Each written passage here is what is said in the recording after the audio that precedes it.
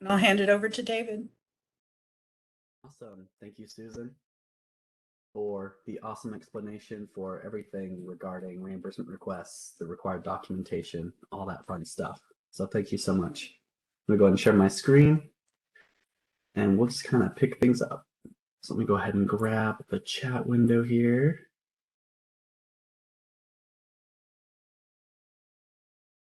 So grab the participants list in case someone raises their hand. There we go.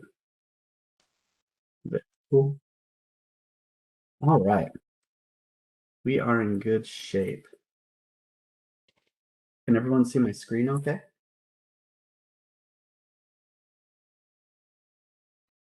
Yes. Thank you so much, Susan.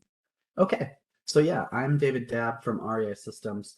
Basically, I'm going to follow up showing you how to perform the functions within GovGrants. So Susan gave you all of the requirements, all the explanations behind everything that needs to be taken care of. I'm going to show you how to go about doing that in GovGrants. Now, before I immediately just dive into the system, I first wanted to explain a few things. The first thing here is how reimbursement requests are actually going to work at an overall high level in GovGrants. So the first thing is that as part of the subaward agreement in GovGrants, LMG is going to create what's called a payment request schedule. And based on that schedule, the system is going to automatically create and assign reimbursement request records in GovGrants to your organization. That way you don't have to remember to come into the system on a monthly basis and create the request yourself. The system will create them for you and then send you a reminder email and a pending task. So that way that prompts you to come in and submit your next payment, your next reimbursement request. In addition to those scheduled reimbursement requests, supplemental or ad hoc reimbursement requests can also be created and submitted as needed. So if there was something that you missed as part of a reimbursement request that was scheduled and submitted and paid out, and you need to create a supplemental reimbursement request, the GovGrants system supports that.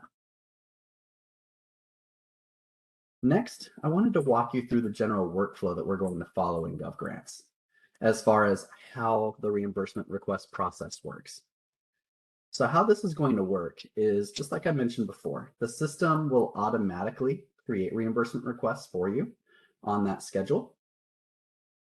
Or you can create the ad hoc payment request yourself. Either way is totally fine, and regardless of how the record is created, the rest of the process is exactly the same. So from there, what's going to happen is you're going to log into the system and you'll complete the necessary information in the payment request record. So that would be filling out the table for your expenditures. That would be uploading your required supporting documentation that Susan talked about, providing your narratives. You'll complete all of that in GovGrants. Once you're done with that, you're going to go ahead and submit that payment request to LMG, and then they'll review that payment request. They'll review all the supporting documentation, they'll review your expenditures, make sure everything is allowable and necessary.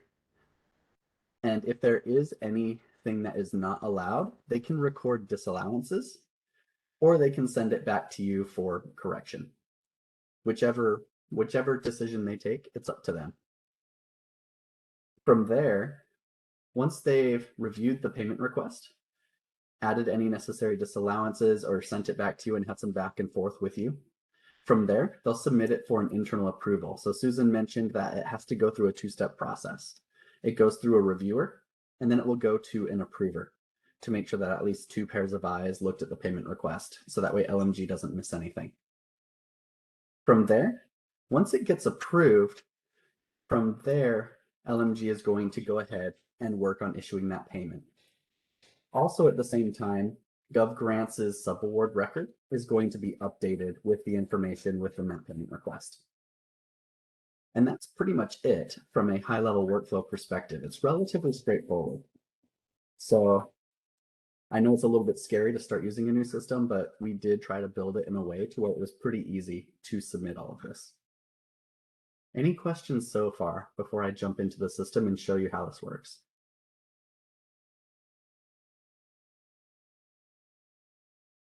Okay, so let me go ahead and jump in. So here, when you first log into the system, let me zoom in a little bit so you can see better. If you're unfamiliar with GovGrants, this is essentially what the home screen looks like when you first log in. If you're already familiar with GovGrants, awesome. But for those of you who are unfamiliar, when you first log in, you'll be taken to this home screen here. And then for reimbursement requests, that's taken care of in the monitoring module. And these different modules all are for you to manage the various aspects of the grants management lifecycle, whether you're applying for funding opportunities that LMG publishes, whether you're creating and submitting applications, whether you are managing your grants, or whether you're doing post-award activities like reimbursement requests or progress reports, things like that, and then finally the closeout. So that's basically how GovGrants is organized. Now, I mentioned before that on that scheduled basis, GovGrants is going to send you an email notification and assign you a pending task in order to work on that payment request. So what we'll do is we'll go into our pending task list here in the left menu. I'm going to jump to the last page because this test user has a lot of pending tasks. And you can see here that this is what that pending task will look like. So it's assigned to you.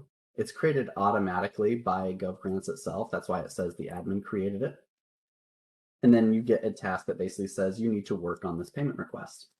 And then when you click the start icon, it'll take you right there to work on. And you can fill everything in from there and submit it. That way you don't have to go in and find it. The system will just take you right there. For the ad hoc or supplemental reimbursement requests, what you'll want to do is you'll want to navigate to your active award. So if I come here to an active award that I have,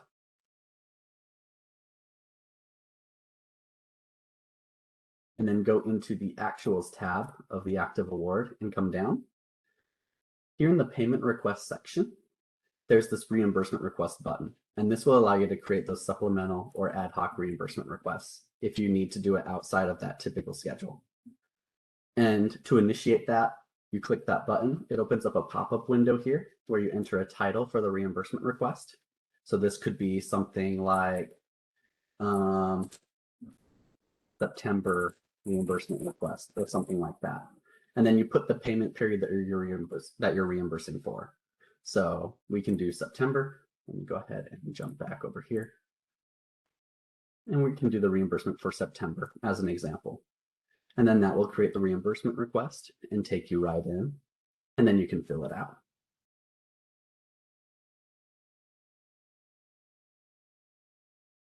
So once you're in to the reimbursement request, you'll see that there's a few different tabs here. You can also see that this progress bar shows you exactly the workflow that it's going to go through. So we've just now created the reimbursement request, or the system created it for you. Once you fill everything out, you'll submit it to the grantor, which is LMG. From there, they'll review it and they can send it back and forth between these two statuses, depending on what's necessary. Once everything looks good, they'll submit it for approval. Once approved, it will then get its information sent to their financial system. They'll work on processing the payment. And then finally, we'll be able to mark it as paid once the payment is issued. So that's the general workflow it's going to go through. And then the tabs basically organize the information in a way where information is relatively easy to find. The overview tab just has your basic information about what the reimbursement request is called, your organization's information, and the payment period for the reimbursement request. Most of the work is actually going to be done on that financials tab. So let me go ahead and save what we've got so far, and then we'll go to the financials tab here. So in the financials tab, you'll be able to see there's a payment request summary section. And right now there's a whole lot of zeros because this is the first reimbursement request for this award. But let me go through and explain these fields for you. One other thing to note is you don't have to manually enter any of these fields. The system will automatically calculate these for you. So the first is your awarded budget. That's pretty self-explanatory. That's the amount of money that you've been awarded from LMG. Your subaward spent is all of your expenditures so far. So this is a combination of all of your previously submitted reimbursement requests.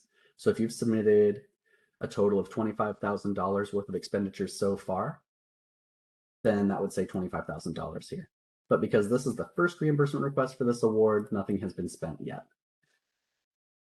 Next, if LMG does allow advances on your award, there's also an advance balance here, where if you requested any advances and LMG went ahead and paid those out, you would see the amount of advance available for you to apply to the reimbursement request. In this case, though, there's no advance, so the advance balance is 0. You then have a reimbursement balance, which is basically the award budget minus spent minus the advance balance that's available to apply. So this is how much maximum reimbursement you can request. The spent this action field basically shows how much expenditures you are reporting as part of this reimbursement request. So as you go through and fill this table out for each budget category, you'll go in and you'll add the line items for how much you spent for each one of those things. And all of that will roll up into the spent this action field. After you submit the reimbursement request to LMG and LMG starts to review it, if they enter any disallowances here in the table, that will also be summarized up here in the disallowed amount. And then the net spent this action is the expenditures you reported minus any disallowed amount. Will give you your net spent. Next, if you do have any advance and you are applying some advance, then that applied advance will be summarized here. And then if you are applying an advance, then your reimbursed amount this action is basically your net spent minus any applied advance, gives you the amount that you're actually going to be reimbursed. Finally, if there's any match requirements, which for the most part there's not, but if there are any match requirements and you are reporting any match as part of your reimbursement request, those are summarized here. Now, like I said, there's nothing for you to edit here. All of your work is going to be done down here in this payment request budget table. So let's go ahead and get started there. Let me walk you through the columns here. So over here on the far left, you have your budget category. So these are essentially the categories that you are recording the expenditures against. So if you have construction fees, if you have equipment fees, you have some indirect costs, these are where you're going to put your expenditures. Next, you have the columns. So for each budget category, you've been awarded a certain budget. And this is a pretty simplistic example where only a few budget categories have some money allocated to them. But any awarded budget for each budget category is going to be shown here. Any previous expenditures for each budget category you've reported before will be shown here in the sub-award spent. And then these two, the awarded budget minus the spent, gives you the balance remaining that you can reimburse. Next, we have an advance balance, which basically means if you have an advance available for that budget category, it'll be shown here. In this case, there is no advance available, so it's all zeros. The spent this action is going to be the actual expenditures that you'll report in those detailed line items that Susan showed you, which we'll access through this icon over here in just a little bit. The disallowed amount column is going to be entered by LMG.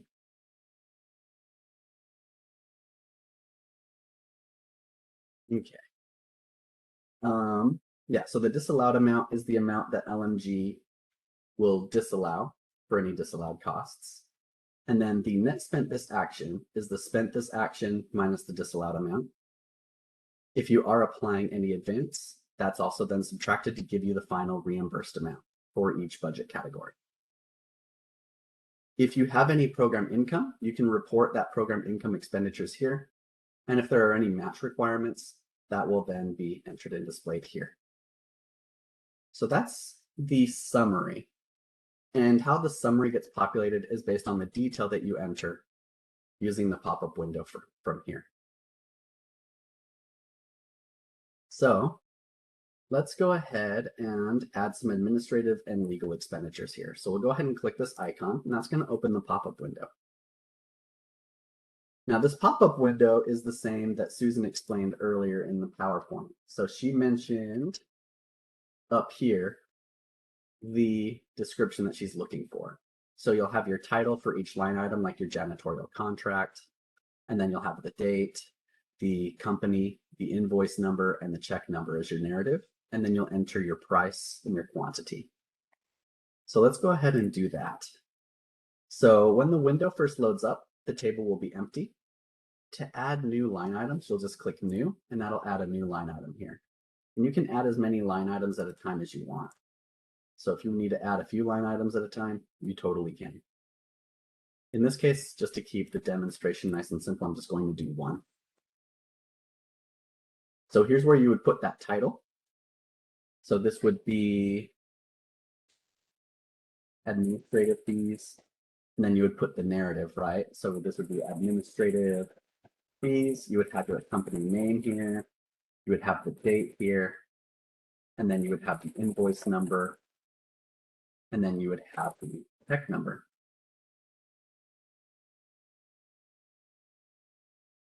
You would put that in the narrative.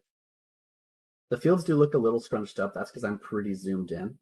When you're using the system, it will more likely be a bit more zoomed out like this, so have a bit more space. For unit price, that's the amount that you'll be spending per unit. So if you have administrative fees, you can just do however much those administrative fees were, and then you can just put 1 for the quantity. The quantity is basically a multiplier.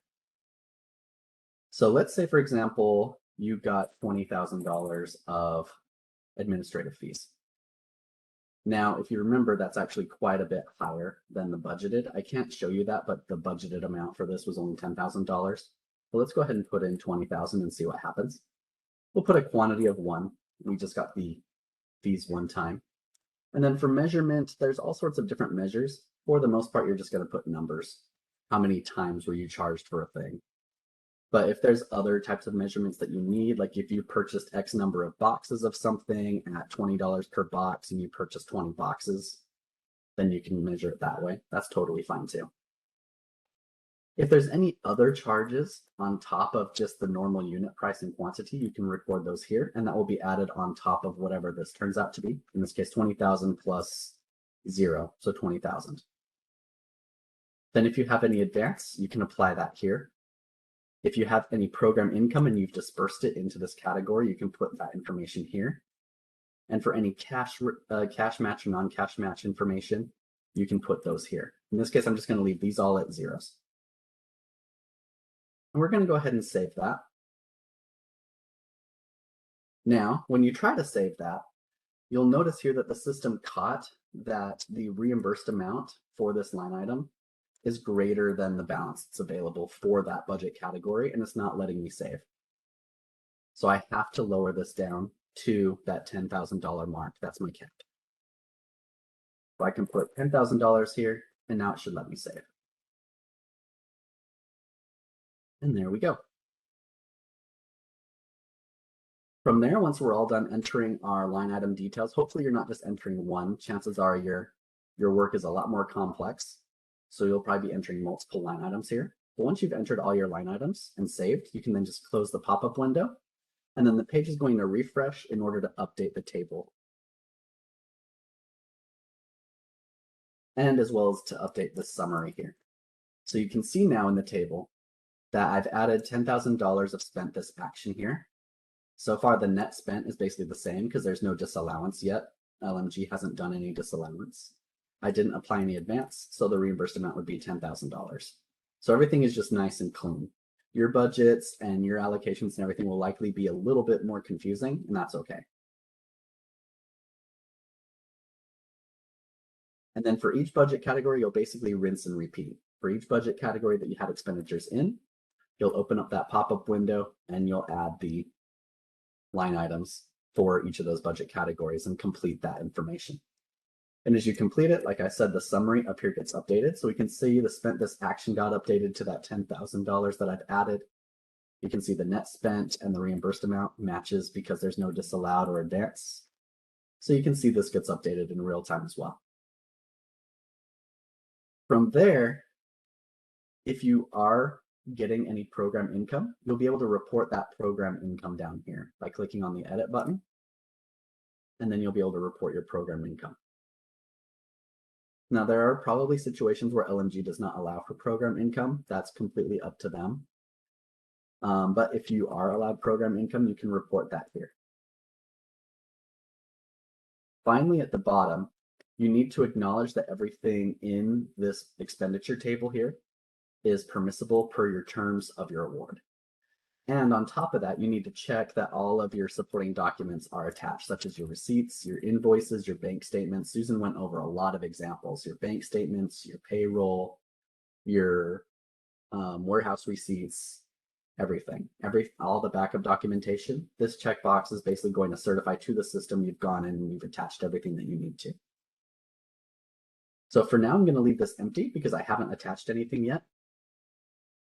And we're going to go ahead and save. And now we're going to work on attaching our supporting documentation.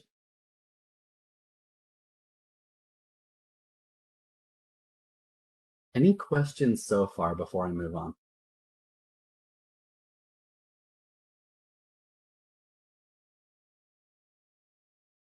Okay, very good. So now moving on, let's go to the Files tab. And the Files tab is where you're going to attach that supporting documentation. And there's a couple of sections here that you're going to interact with. This first section here is the supporting documents checklist. Basically how this works is if LMG requires certain documents and they want to give you a template to fill out so that you can re-upload that, LMG can set that up here. They're most likely not going to use this. As Susan explained, you're going to need to attach everything here in the files area, but I'm just explaining this in case LMG decides to use this in the future. So how this works is LMG might require certain documentation. They can give you a template, which you can click on this in order to download. In this case, it's just a test PDF document. You can then fill the template out, and then you can upload that template using that upload icon there. Find your document and upload it. And then that will fulfill the requirement. As long as you've attached something here, that fulfills the mandatory requirement. But that doesn't necessarily mean that you're done. Like Susan mentioned, there's a lot that you'll need to upload here. So the rest of everything that you'll need to upload is going to be here in the reimbursement files. So here in reimbursement files, you'll click on Add Files, and then you'll select a classification for what that file is. Is this an invoice? Is this a receipt? Is this some other classification? You'll be able to select that. In this case, let's pretend it's an invoice. And then from there, what you'll do is you'll select the file from your computer, or you can drag it from your computer in order to get that uploaded. So in this case, I'm going to put in this.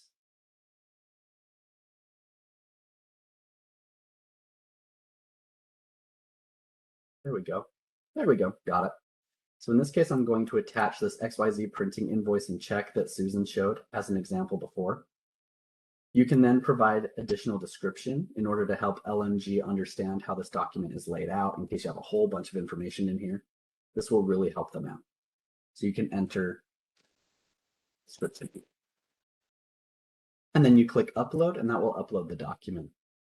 And you'll do this for all of the supporting documents, any necessary invoices, any necessary receipts, your payroll, your bank statements. You'll want to upload all of that here in the reimbursement files area.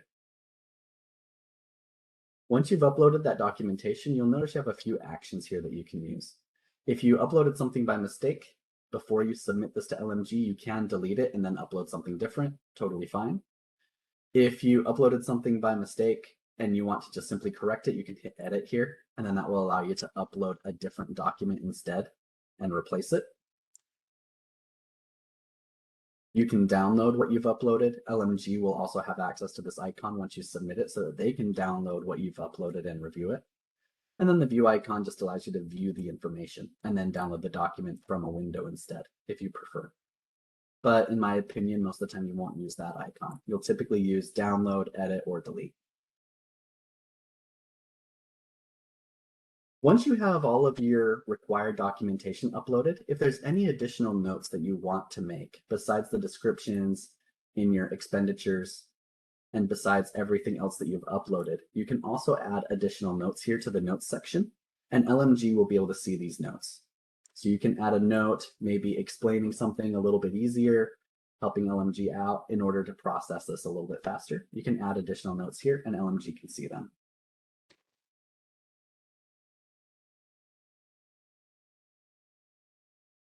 And it's pretty simple. You just hit new to add a new row, enter your title and description, that's it. It's just a simple note, and then save that. You can add as many notes as you need. And again, before you submit this to LMG, if you need to edit a note or delete a note, totally fine. totally can. After that, there's a couple of additional tabs. The history tab you're probably not going to look at too much, but the history tab contains what's called a snapshot history. And essentially what that is when you submit this reimbursement request to LMG, the system is going to automatically take what's called a snapshot, which is a PDF version of this record. And it's going to attach it there in the snapshot history. So that way you can download the PDF of this record at any time if you need to. And LMG will be able to do the same. And then if there's any back and forth where LMG sends this reimbursement request back to you, you make revisions and then you resubmit it back to LMG. Another snapshot will automatically be taken, and then you can compare the differences by comparing the two PDFs. The final tab here is Collab. And Collab basically allows you to use this messages functionality. And the messages functionality allows you to send emails from the system to anyone that you have an email address for. So if you want to send an email out to Susan, for example, and you have her email address and you need her help, you can send out an email to Susan from here if you have her email address. And then the cool thing about this functionality, because obviously you can send emails from Outlook as well, right? Or Gmail or any other service that you use. But what's cool about this service is not only can it send emails from the system and then that's stored here, but when Susan replies back, that response back will also be captured here in the system, even if she responds back from her Outlook or from her Gmail. So that reply back will be captured, and you'll be able to see the entire email chain here in the record itself. So that way, if you need to go back and review communications for auditing reasons 2, 3, 4, 5, 10 years later, those emails will be here, and you don't need to go digging through your Outlook inbox to try to find 4-year-old emails. It's very difficult, very painful. It's much easier to be able to come back to the record in question and find all the communications regarding that record right here. So that's all the basic functionality, and that's all that you'll need to fill out. Obviously, I only filled out one line item, one budget category, but for all of your expenditures, you'll want to fill that out. Once all of that is done, from there, what you'll do is you'll just hit submit to Grantor. The system will go in and run checks, make sure that all of the information that you put in the payment request table matches all of the requirements. It will make sure you've actually marked that you've acknowledged this agreement and marked that you have all of your attachments in place, which I have not. So the system is yelling at me because I didn't do it. It will also go in and check to make sure that you have all your supporting documents here before it will allow you to submit. So I have to make a couple corrections. Let's go ahead and edit.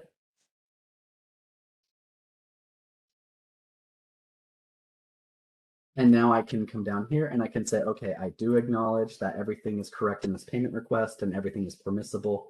And I do acknowledge that all of my applicable receipts and invoices are attached. Now we'll go ahead and save, and the system should now allow me to submit.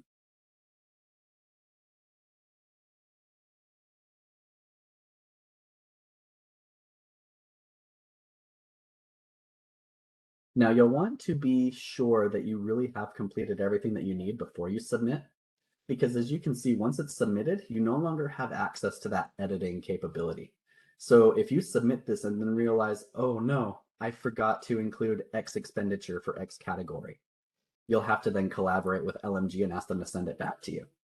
Or if LMG's already processed payment and you come back later and you realize there's an issue, you'll need to come back in and create a supplemental reimbursement request in order to cover that additional expense that you forgot to include. So make sure that you've got everything complete and set before you submit to LMG, because at that point, you won't be able to make any additional edits to the record unless LMG sends it back. From there, as explained before, LMG will then review it. If they have issues with it, if they have concerns, they can collaborate with you here as well, and then they can send it back, and then you can make any necessary corrections. Once everything looks good, LMG will then submit it for approval, approve it. Once approved, they'll begin processing payment. And once everything is paid, it will be marked as paid here in GovGrants as well. And that's basically it. So the process itself in GovGrants is pretty straightforward, pretty simple, I think. There is obviously a little bit of a shock, a little bit of a learning curve because it is a brand new system. So if you do have any issues or concerns or questions, Susan and Daniel at this point, they are amazing at GovGrants. They've been using it for a little while now. They are amazing at it. So I'm sure they'll be happy to help you. You'll always be able to reach out and get some support, especially the first few times that you're doing this. But yeah, that's basically it. Yeah, if you want us to set a virtual meeting to submit your first reimbursement request together, don't hesitate to ask. We're happy to help you all with that, especially but not limited to those of you who have organizations who haven't had grants with Metro government before, because we've probably learned a whole lot of stuff today and gone, oh my gosh, I've got to keep track of all these documents. I've got to scan them and submit them. So Yeah, I have to enter all this information. I have all of these required proof of payments, payroll, fringe documentation, all of those things that Susan's explained for sure. We but want to have some questions. if you've had grants from us for 15 years and you're just intimidated by reporting this new way, we're happy to meet with you as well. We really want to be as supportive as we can for everybody. And David, do you mind, before we open it up to questions, explaining who at the grantee organizations can submit the reimbursement request? Oh yeah, definitely. So yeah, let me explain the permissions a little bit. So when the reimbursement request is automatically created and assigned to your organization, it's going to be assigned to your authorized organization representative by default. And you can figure out who that is if you don't already know. You can figure out who that is by going to your organization profile within the home module.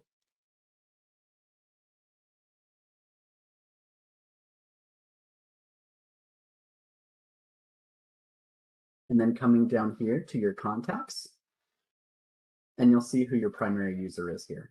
And that's your authorized organization representative. So this person by default is going to be assigned the reimbursement request when the system automatically creates it. That doesn't necessarily mean that that person has to fill it out. You can have secondary users as well. And there's tutorial videos, which LMG is going to share, as well as user guides in order to explain to your authorized organization representatives how to add secondary users to your organization. So in this case, myself, David Dabb, would be assigned the pending task, which I showed you before. And so I'm responsible for the completion of that, and I will be the only one who's allowed to submit it. But if you want a secondary user to come in and assist in filling it out, that's totally okay. A secondary user can come in and assist you with filling it out. It's not just on the shoulders of David Dabb in this case.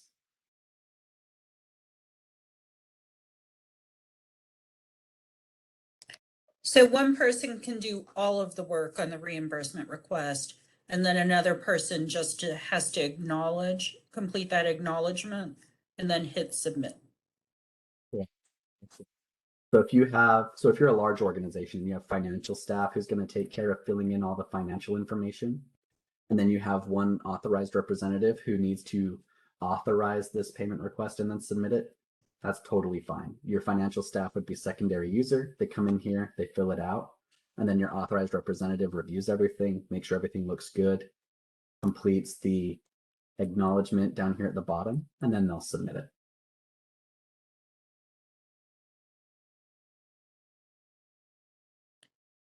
So does anybody have questions about submitting the reimbursement request or completing the reimbursement request in GovGrants?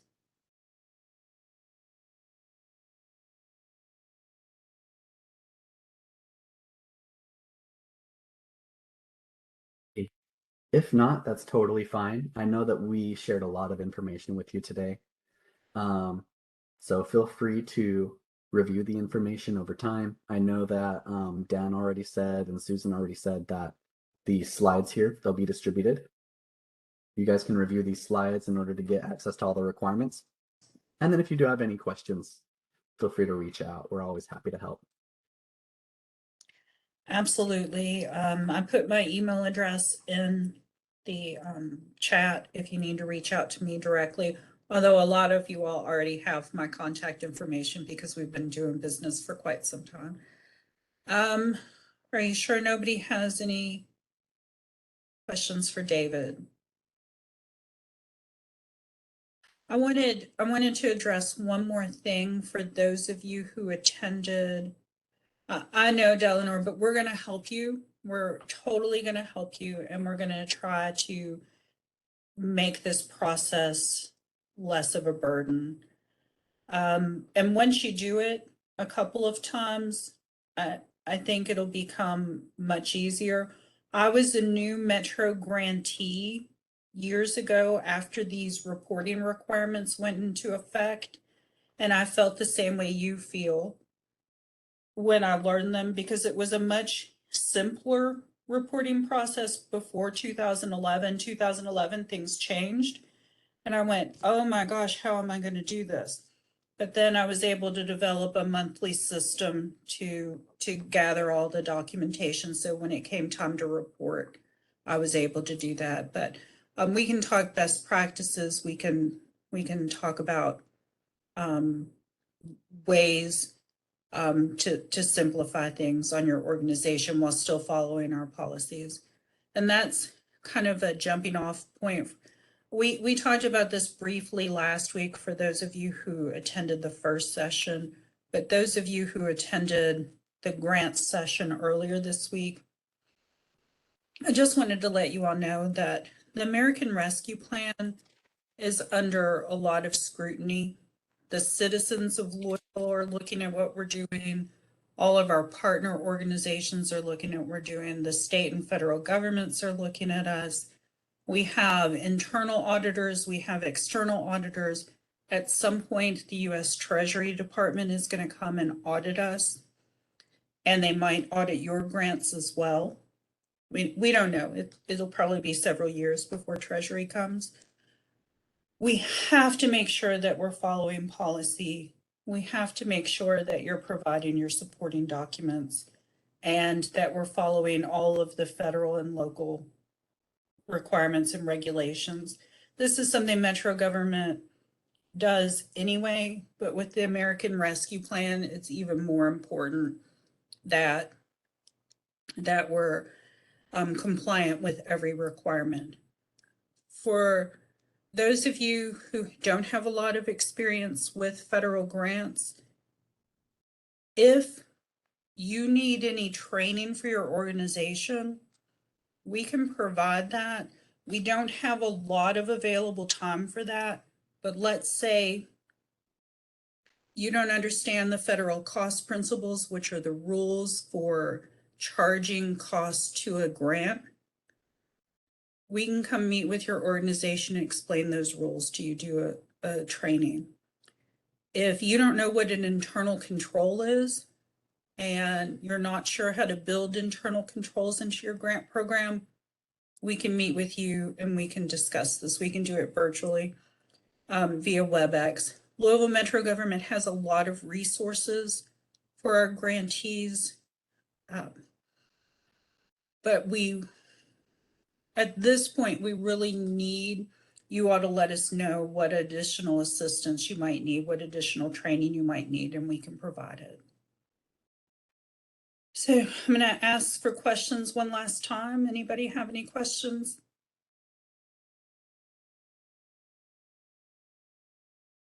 All right, well, I really want to thank you all for attending the 2 trainings, and I want to thank you for your partnership with Louisville Metro government and your help in the recovery from COVID for the whole city of Louisville. We could not do that without you.